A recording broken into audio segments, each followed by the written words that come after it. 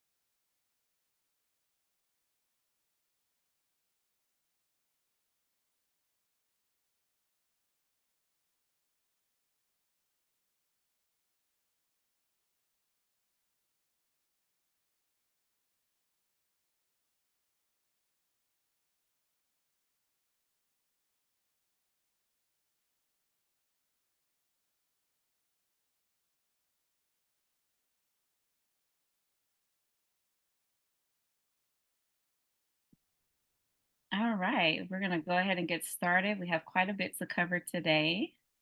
Happy Friday, everyone. Welcome to our monthly state meeting. We normally have this meeting on the second Friday of every month, but it was rescheduled this month.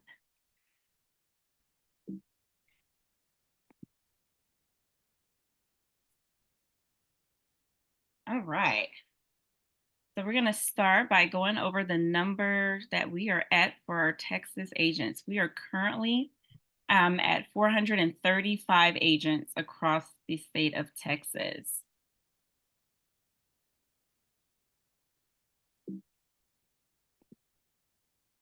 I would like to take this time to welcome two of our newest area leaders to the Texas leadership team. Sergio is covering the Dallas, Fort Worth, Arlington area, and we have Andre that is covering the Dallas, Fort Worth, Dallas area. Everyone, please help me welcome Sergio and Andre to our Texas leadership team. Thank you, Laquita. Welcome, guys. You're welcome. You're welcome. Welcome, welcome, Sergio.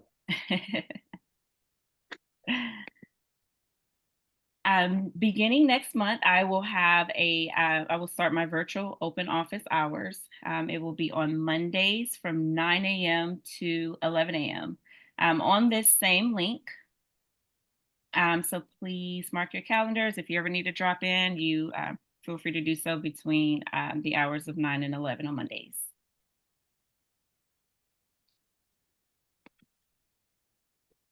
Important reminders. I think this one was on the presentation last month.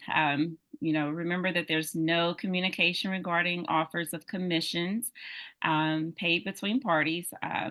In the MLS, text fields, documents, or photos. I have already seen violations and agents being fined for those violations. So just, remember to be mindful of that when you are inputting your listings.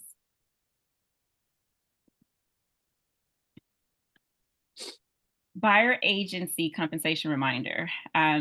Just wanted to remind you all that, when the rules change back in August with the NAR settlement agreement, we are not allowed to be compensated from any source, that exceeds the amount that we have already agreed upon with our buyers, unless we amend our buyer representation agreement.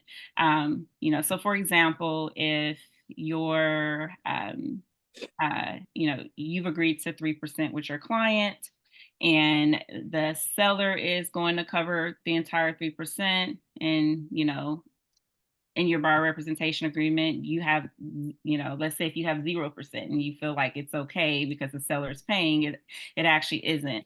You want to make sure that whatever amount that you're getting paid from any source, whether it's, from the seller, listing broker, builder, an extra bonus, you want to make sure that that amount is included in your buyer representation agreement or amended prior to settlement. And if you do have to amend it, for example, if you've already negotiated 3% in your buyer's rep agreement, but now you're going to get a $10,000 bonus from the builder, you wouldn't amend it with a traditional or standard amendment. You would amend it with a buyer representation amendment, which is the TXR 1505.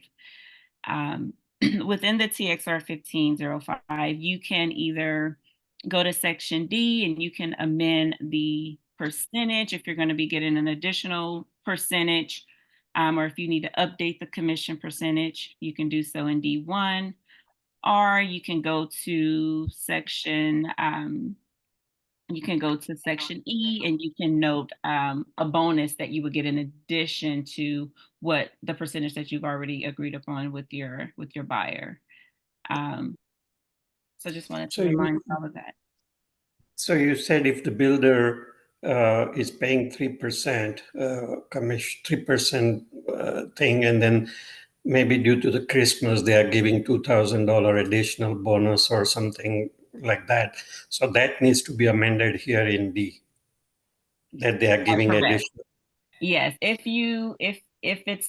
that total amount is not already in your buyer representation agreement, let's say you put 5% that your buyer, that you're going to make, and that bonus covers the 3% in the 5%, then you're good. But if it's any amount over what's in your buyer representation agreement, you want to make sure you amend it, because we're not allowed to get paid, any amount over that unless the buyer approves it. So then buyer also has to sign, and they will know that you are getting 10,000 extra bonus. You have to notify them. They have to be okay with it, and they have to agree by signing off in writing. Okay. When I moved here, I know in California also the agents are giving 1% back or something, which goes into the closing statement. Do we have to do anything here in this agreement? No, not if they're rebating. No. So in closing, even if our agreement says 3%, and if they pay 3%, if we have not put in this document that we will give them 1% back, but we have to give it to the closing company, and they will deduct 1% from the proceeds and pay us only 2%. How does that work? Right. So you would actually be getting 2%. So, due to the fact that you've already agreed to 3% in your agreement, you would be covered in terms of the NAR rule. And as far as the 1% going or being credited to your client, you want to make sure you notify the title company, as well as our transaction team, so that they can add that to your CDA to give the instructions to the title company. But we don't have to put 1% back in this form, or do we? No. Okay. If you get paid less than what's in the buyer representation agreement, that's okay. It's just if you're getting paid more than that amount is where you have to have an amendment in place. Okay, so there has to be an email or something between agent and the buyer that we will give them 1% back, so that it suffice, right? Yeah, email is fine. You can do an email. Some title companies or lenders require a letter from the broker. So, it is going to depend on that as well. Okay. Because in California, I moved from there, and they are openly, even on radios, they are saying we will give 1% or 50% back and all those things. I think in Texas, it's not legal to advertise, but it's okay to give on Mhm. 1% back or 2% back. Yes, it's okay to do that in Texas. Okay. Yeah. All right, and Dunn, you have your hand raised. I just want to make sure that I'm clear on this because I get asked all the time. And I remember several months ago us saying that we could not amend up, we could only amend down. So it is okay to amend up. So if there is a bonus on the new builds and you only have 3% wrote on your buyer rep, we can do this and add the 5% as long as the buyer's okay with it. Yes, that's correct. Okay, good. That's good. Yeah, and Good if to we know. make changes, I'll let you all know because we're still going through a lot of changes. So, but yeah, Okay. But I'm sure if buyer knows you are getting 10,000 more and you're giving 1% back, they will negotiate. I need some money from that 10,000 also. yeah, that could happen. So, all right, Especially if they're paying their own fee, right? right, yep, But if not, then they probably don't really care about it. But right, yeah. How does this handle? I mean, I see in listing now that buyer seller will pay $10,000 towards closing or buyer's commission or something, right? And if I'm the buyer, I like to use 10,000 for my purpose, right? But then they have signed this 3%, so they are obligated to pay us 3%. Is that correct? No, no. I mean, not if you're able to negotiate their commission with the listing agent. So you may be, even though they've agreed to pay you 3%, you may be able to get the full 3% from the seller. So in that case, Yeah. they wouldn't be obligated to, to Yeah, pay. yeah, that's correct. But sometimes seller, I see advertisements now that, okay, we will contribute 10,000 towards your closing or agent commission or something like that. Mhm. They don't specify we will give 3% or something, just lump sum 10,000 that you could use for repair or buyer's commission or whatever, right?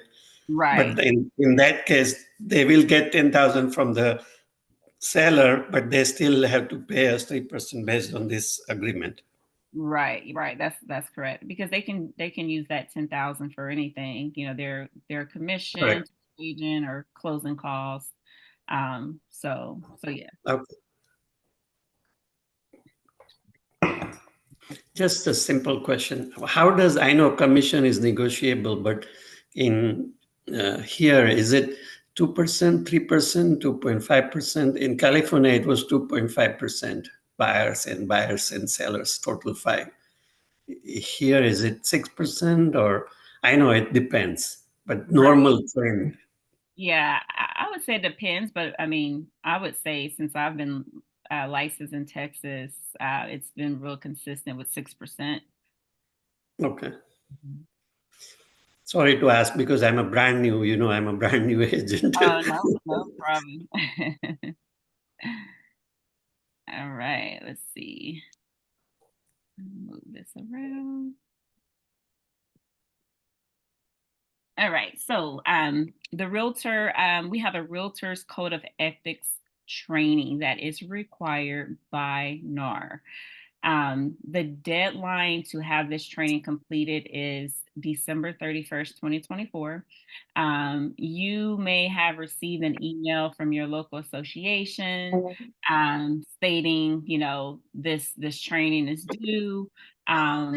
Please do not ignore that email because after the 31st, if that training is not completed, you will be suspended from all of your local and national association membership benefits, including MLS. So this course is required during a cycle. Currently, it's a 3-year cycle.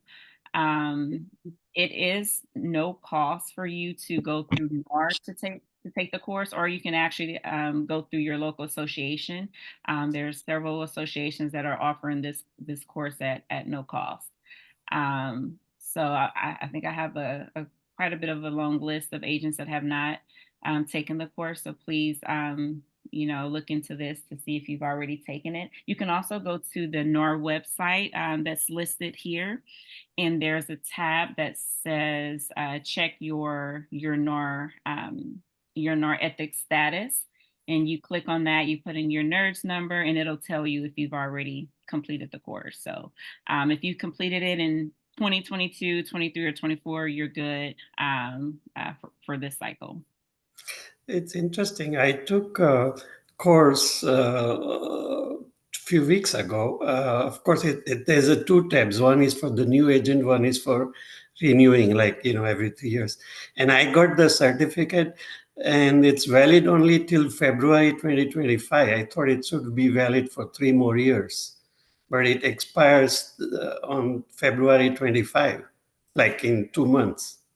Oh, and is it an ethics course?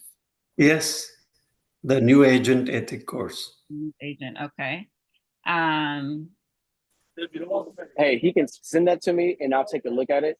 And we can talk about that offline. Okay. All right. All right.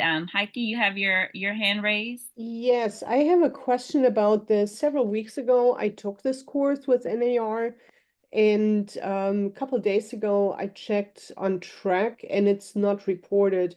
Where does it get reported to make sure that there's a record of that has been completed? Check with your local association. Okay. And you can also go to NAR's website and check as well. But I know the local associations, they know because they're getting notified by NAR of agents that have not taken the course yet. So Okay, so it's not being reported to Track?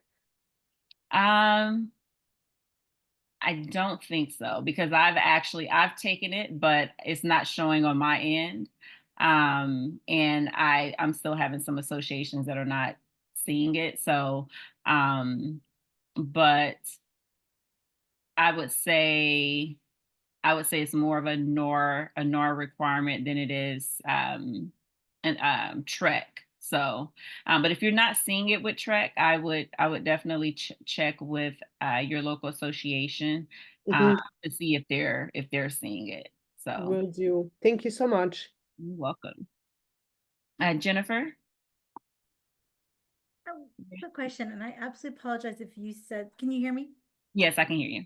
I apologize if you just said this a second ago, but I was looking at mine and it says complete, but it says it's complete now, and it says the next 3-year training cycle will begin January 2025. And maybe I need to do this as an offline. I can call Dwayne too. I'm in Austin though. So I just wanted to make sure mine says complete in the status, but it says the next 3 year. It says congratulations, you completed Code of Ethics for the cycle. The next 3-year begins.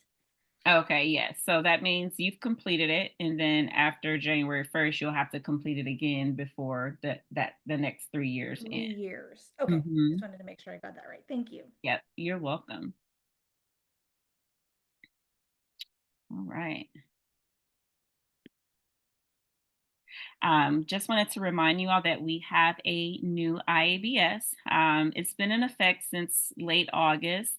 I'm still seeing some agents are using our outdated IABS. So, please note that we have a new one. You can find it. It should be in Epic Cloud under Company Docs. It should also be in dotloop as well. So reach out to me if you need a copy, or if you can take a picture. Also, I'm seeing on some of the IABSs, my name is misspelled and my license number has been different. So just make a note of the correct spelling of my name and then also license number so we can be compliant.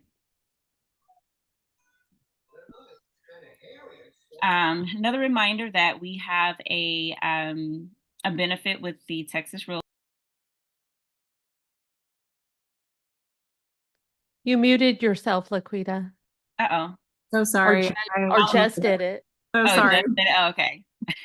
So I wasn't muted for long, right? No. Okay. All right. So yes, just a reminder that we have this Texas Realtor benefit to be able to reach out to an attorney If you're unable to reach me for any reason, you have, a legal question or a contract question, you can always reach out to them between the hours of 9 a.m. and 4 p.m. Monday through Friday on the number listed here. It'll prompt you to put in your Texas license number. Once you do that, it will transfer you right over to an attorney. Best practices, CSU, just a reminder that if you have any urgent updates for your CDAs, the fastest way to have those updates completed is by tagging Elizabeth Dover. And then you can also tag me. I feel like this way is faster than sending an email because Elizabeth gets notified right away and she's the one that's in charge of updating the CDAs if needed. And then once she completes the updates, she will notify you and myself that the update is completed, and then I can go in, review, and issue the updated CDA quickly. You'll see her listed as Elizabeth Dover commissions team. And then for payout questions, if you know that a wire has been received or a check has been received, you can go into CSU and you can tag someone in the logging team. David Lopez is a person that's in the logging team, but I think there's like 2 others as well. You can tag him, you can tag all 3.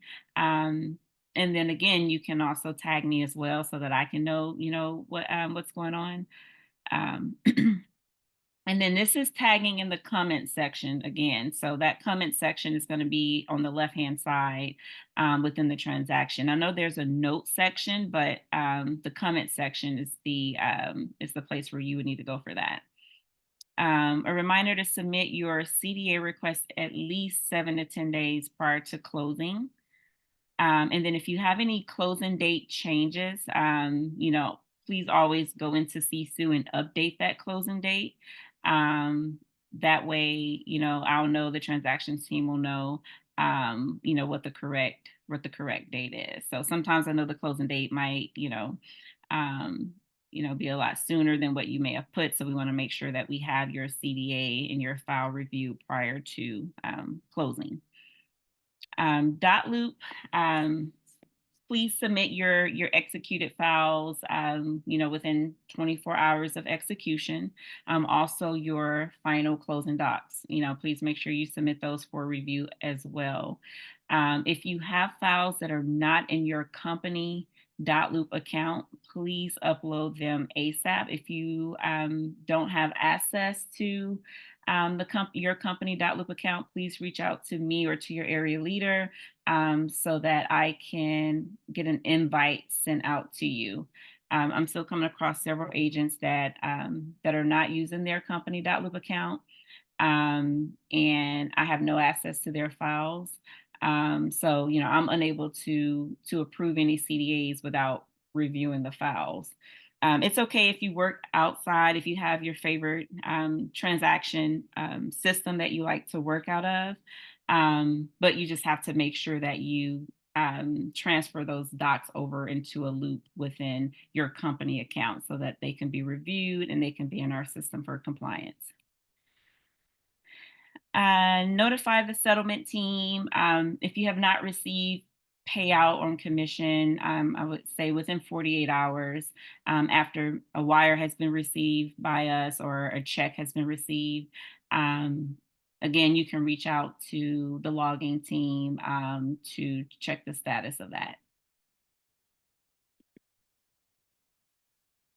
Another reminder I like to a best practice is to log into your Epic Cloud daily, as well as join the Texas State Group.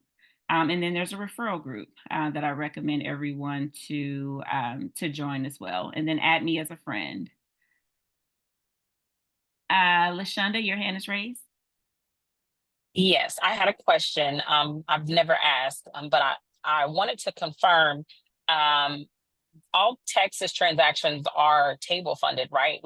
All the money doesn't go to the broker and then we have to wait to get paid. That's correct.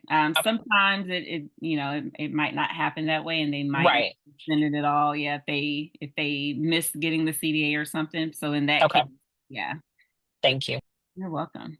Laquita, Lennar, if you go through Lennar, they send one check to the broker, Lennar Builder, just to let you know. Yes. Some of the builders will send one check. Okay. And I've been seeing e-checks too, right? Or just like they'll email it. Yes. Yeah, Yes. it's PDF that they have you use as the download. Matter of fact, I'm waiting on some money from one, so I'll let you know how it goes. Okay, sounds good. And just a reminder to read your emails from your local associations. They all have lots of updates and great information, classes, resources. So be sure to go on their website as well as read any emails that they send to you. Texas updates. There has been an update to the T47 affidavit requirement.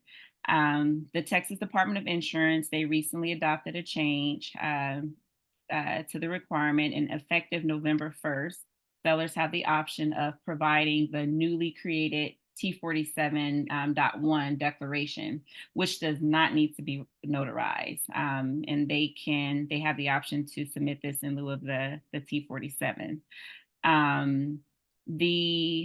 The rule change, due to the rule change, TREC proposed an amendment to paragraph 6C1 of the 1-4 contract to include the option of providing that T47.1. And the proposed amendment to the contract was actually voted on the 4th of this month. This is a red line draft of the section that was changed and voted on, and actually the change was adopted and should go into effect January 3rd. So with paragraph 6C1, it was amended to include the option of providing the T47.1 declaration. And then, as you can see, paragraph 6C2 is amended to read, buyer may obtain a new survey instead of buyer shall obtain a new survey. And adds that if the buyer ultimately fails to obtain the survey, the buyer does not have the right to terminate the contract under paragraph 2B of the third-party financing addendum because the survey was not obtained.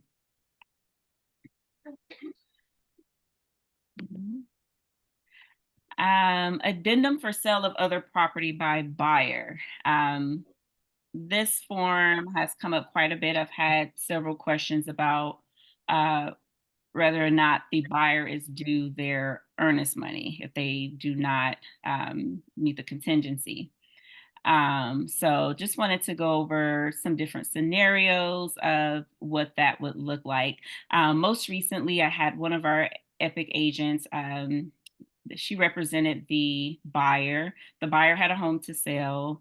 The contract was supposed to close October 31st. The contingency on this form was for October 31st. And the buyer's home, it didn't sell, or it wasn't going to sell by the 31st, so they needed an extension. So they wanted an extension to November the 7th. They amended the contract for November the 7th. However, they did not amend this addendum. So really, the contract terminated on the 31st. But when it came to the closing date of November the 7th, their house did not sell and they needed to terminate everything altogether. And the listing agent told our agent that, her buyer was not owed the earnest money because she didn't meet the contingency that was in the contingency date that was on this addendum. So, after consulting with an attorney just to confirm that that was not the case, the buyer was owed the earnest money back because the contingency wasn't met or waived on October 31st.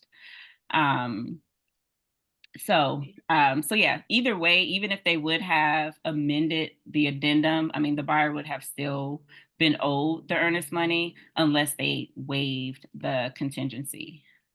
So here's some different scenarios of what it looks like when using this form.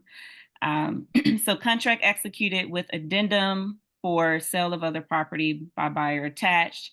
Has the seller executed a second contract with the addendum for backup contract? If the answer is yes, then the seller notifies the buyer using notices regarding contingency under addendum for sale of other property by buyer.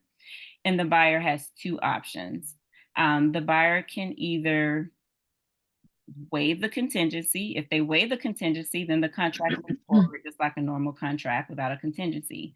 If the buyer just lets the contingency contract terminate, they will receive their earnest money back.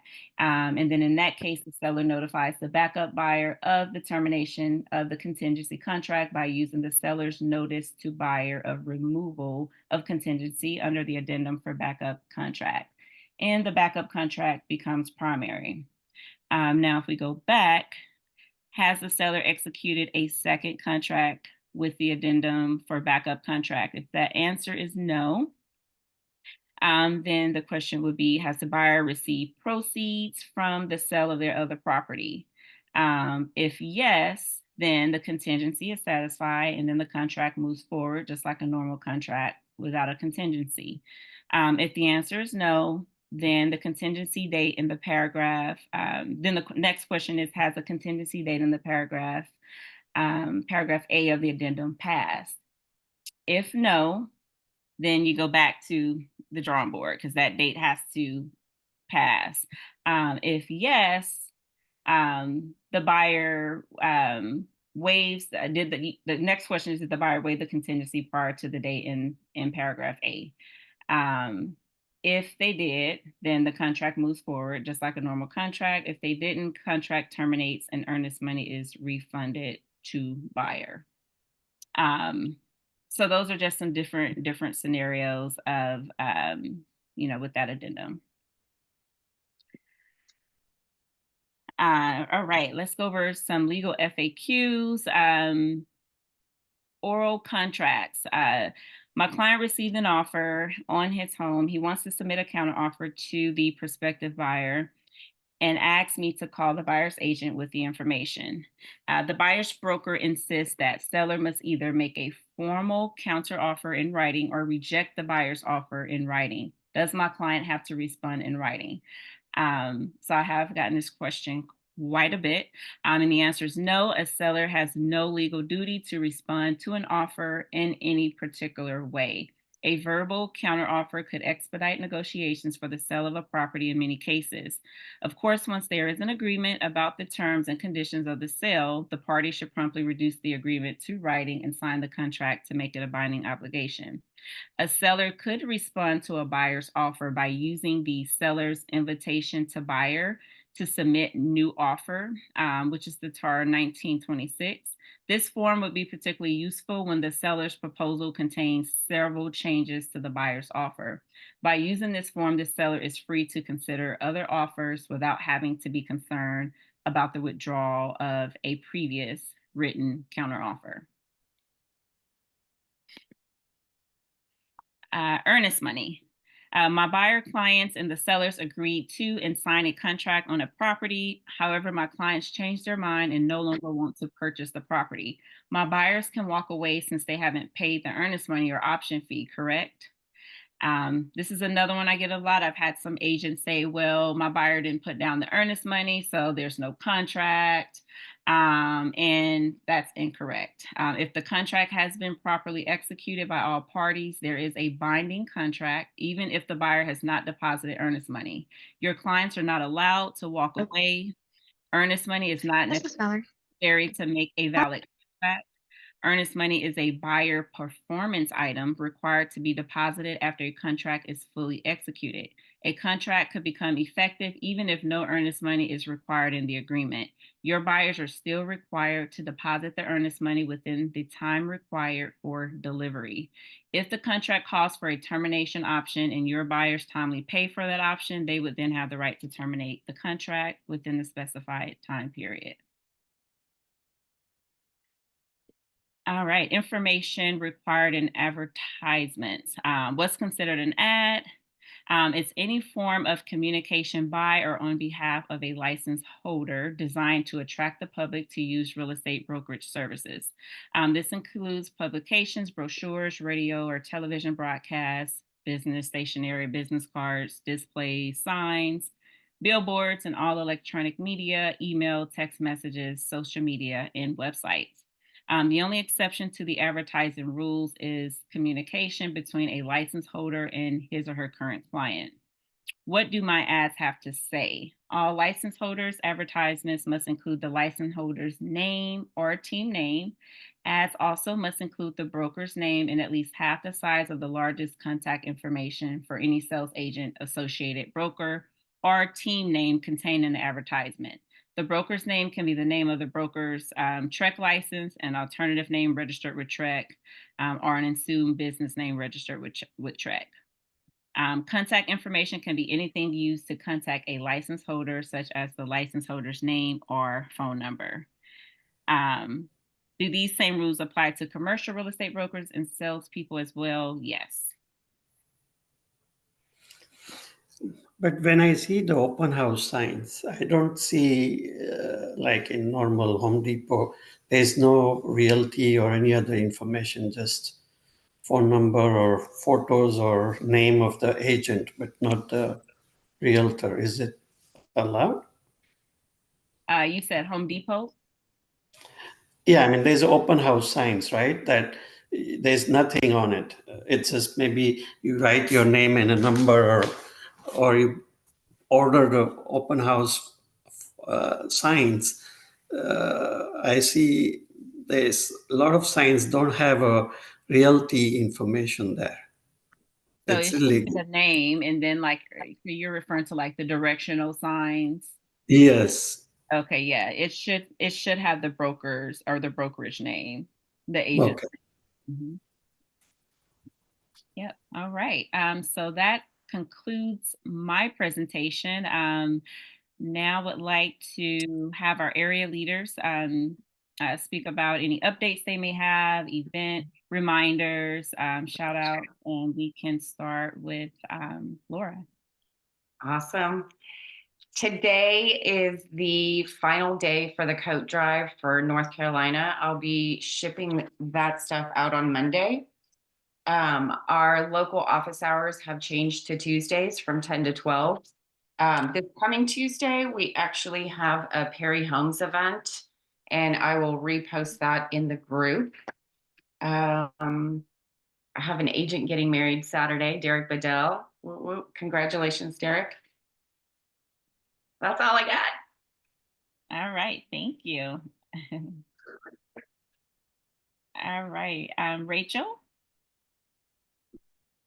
Okay, so I sent out an email this morning or yesterday, last night, to all of my agents about Coats for Kids here in Austin. I opened up a team to see if we can get a bunch of us in together to volunteer for that. So that hopefully goes really well. And today is one of my agents' birthdays, Drew Nelson. Happy birthday, Drew. And I'm working on setting up a consistent open office hours. I'm brand new. Yes, last month was my first month. So so we're going to do some open office hours, Zoom and in person. And that's it for now. Awesome. Thank you so much. Robbie. Okay, so the Abilene area, I'm in the midst of coaching right now. We have our area goal setting retreat is in December, and then I'll follow up with individual coaching after that. We also we do an event every year called the Grinch event. The Grinch Won't Steal Christmas, and that is in conjunction with Toys for Tots, and we are one of the 3 stops for the Marines every year on their calendar. So that's a huge, huge big event for us, Toys for Tots Drive. So that is, and we have Christmas parties planned and all kind of other things. So we're, over 40 agents in the Abilene area, and we're just busy making things happen. Awesome. Awesome. Thank you so much. Dwayne. What's going on, everybody? Hope y'all are well. Couple of things. One, I am working on getting us a consistent meeting place so we can meet in person. So I have that meeting coming up next week as well. On Tuesday, we will have a training in Cypress. Our very own Jacqueline Hayward will be leading that. She decided to ask me if she can put a training on for those who are new agents and want to get some training and some new tools, things like that. So I highly recommend that you come to that.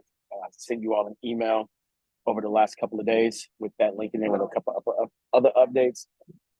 And we are still doing our turkey drive. So if you want to bring turkeys, please reach out to me. I am traveling today to Phoenix, and I'll be back tomorrow. But super excited. And then we'll have a Christmas party coming up soon. Yeah, so stay tuned. And also, somebody slammed the door down there. Houston's getting 500 to 700 agents over the next couple of weeks. So if you are potentially interested in being an area leader and you have not talked to me about it yet, please reach out to me and we will definitely reach out. Awesome. Thank you, Dwayne. Safe travels. All right. Jess. Hey guys. So in Austin, we are having kind of a just networking fun things for anyone in the real estate industry, realtors, vendors, and it's the Saturday after Thanksgiving, and it's kind of a tailgate game watching party. So Gig 'em Aggies. And then we are doing a Coats for Kids in conjunction with a pie party the Tuesday before Thanksgiving. So I'll get some communication out on that ASAP. And we also are doing kind of a photos with Santa thing, mostly for clients, but our realtors are also welcome to join. And it's a toy drive for Home Aid as well. So we'll get that out to everybody. But office hours are still on Tuesdays. We're looking to add kind of a short training also into the office hours to make it more valuable for agents. So more to come on that. And then end of year, we're going to get together and just do some awards and celebrate. So that date is also coming soon. That's all I got. Awesome. Thank you so much. Done. All right. Well, I am just a co-area leader. So I'm actually going to let Teresa Johnson do all of our local stuff. I still have a few agents here in New Braunfels as the area leader that I am keeping, but I also am on the content team for Epic Realty, training all the new area leaders. So we'll just let Teresa share all the fun stuff we have going on here in New Braunfels. Great. Thank you so much. Sergio. Hey guys, thank you. Slowly getting to know everyone in my little umbrella. Thank you so much for your patience. I'm meeting in person with a couple of agents today in downtown Fort Worth, so I'm really looking forward to that. In regards to events, we're having our first in-person event in South Lake, Republic Title. It's Wednesday at 10 a.m. There's an RSVP that I've sent. The topic is going to be business forecast for 2025. And breakfast is going to be provided, so make sure that you guys go. Tomorrow there's going to be a social event at Lava Cantina in at the Colony, so we can use this to meet and greet. Come and say hello. I look forward to meeting you guys. It's also on the Epic Cloud. Also beginning to plan for the turkey giveaways and the Christmas present to kids. Also, there's coming up a Grapevine Parade Live, so I'm gonna meet with the agents then. And my office hours are going to be every Tuesday from 1 to 3 p.m. And I'm going to accommodate that to also be in person. I'm getting a membership to the Regis workspace location. So I'll be all throughout Fort Worth side, Arlington, Mansfield, Grapevine, South Lake. So just to be accommodating to everyone. So anyways, thank you so much. I look forward to meeting all of you. Awesome. Laquita? Yes. Okay, I'm ready. You ready? Okay. Yeah. So we're going to be doing a Christmas party, local Christmas party for our agents in December. And we actually have an agent that owns a pizza joint here in New Braunfels, so we're gonna hold it there. And Dawn is part of an organization. I don't know exactly what it is, but she's part of an organization that helps women. And that's gonna be our Christmas. We're gonna Children. Oh, children. Okay, we're gonna do a Yeah. Christmas drive for them. Children in the foster system. So according to what Janice is wanting us to do with the gift for the area leader event, we're going to put together the $50 shopping spree for each of the kids at the center. And then as far as trainings, we're doing open office hours on Tuesdays from 3 to 5. And then on Thursdays, this next Thursday, we're going to be doing a business planning workshop. And after that, I need to make the plan for what's going to be happening after that. Oh, great. Thank you so much, Teresa. You're welcome. All right, Carmen. Hey guys, I'm Carmen and I've got the Northeast Texas area up here. So we are getting together next Saturday for a How Do You Do barbecue. Just really hanging out together and visiting with our local agents and at one of our really fun barbecue joints that we have up here called Bear Creek. And then I'm actually still working on our holiday event, so I'll kind of keep people posted on that in conjunction with the challenge from Janice for putting something together for kids. So that's exciting. Everybody should be hearing something about that. If you're wanting to help with gifts for kids, there's a fun challenge that's been put out. And at our holiday event, we have our goal setting meetup that we'll be working with a local lender. So that's all we've got for East Texas, but I did want to give a shout out to Jay Schuler. Jay, if you're on the call, congratulations. Jay is capped, and I'm super excited. This has been it's been a tough year, and we've had more agents capped this year than I've worked with in the past. So I'm really proud of them. Awesome. Thank you, Carmen. Yeah, thank you. All right, Andre.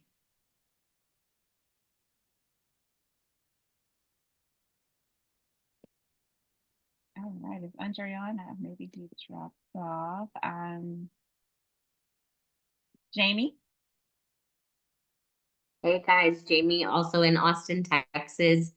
Just to piggyback off of what Jess shared, all the fun things we have coming up.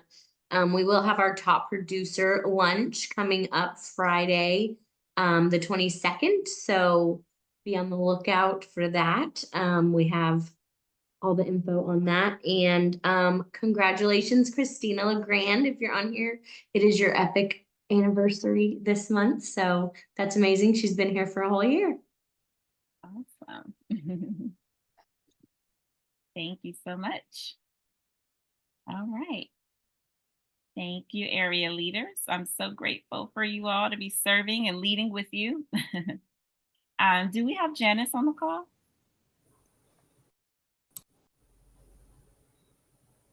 No, okay, she wasn't able to hop on. All right. Well, that concludes our meeting for today. Does anyone have any questions before we end our call? Can I get this presentation copy, at least the few pages previously discussed? Yes, you can. Okay. Yes, it will be uploaded in Epic Cloud in our Texas State group. Will the video be added there too, Laquita? Will it be what? Will the video be added there as well? Yes. Okay, got you. So we'll get the video and we'll get the presentation slides for y'all. Yeah. I don't know. I'm not getting any emails or anything from Epic, the broadcast email or nothing. I don't know whether I'm not in the system or what. Okay, I can check on that. Okay. Yeah, thanks. I'll check on that and get with you. You're welcome. All right. Well, that concludes our meeting for today. Thank you all for joining in, and everyone have a productive week. our weekend. Thank you, Laquita. Bye, everybody. Thank you. See y'all Thank later. you. Thank you so much.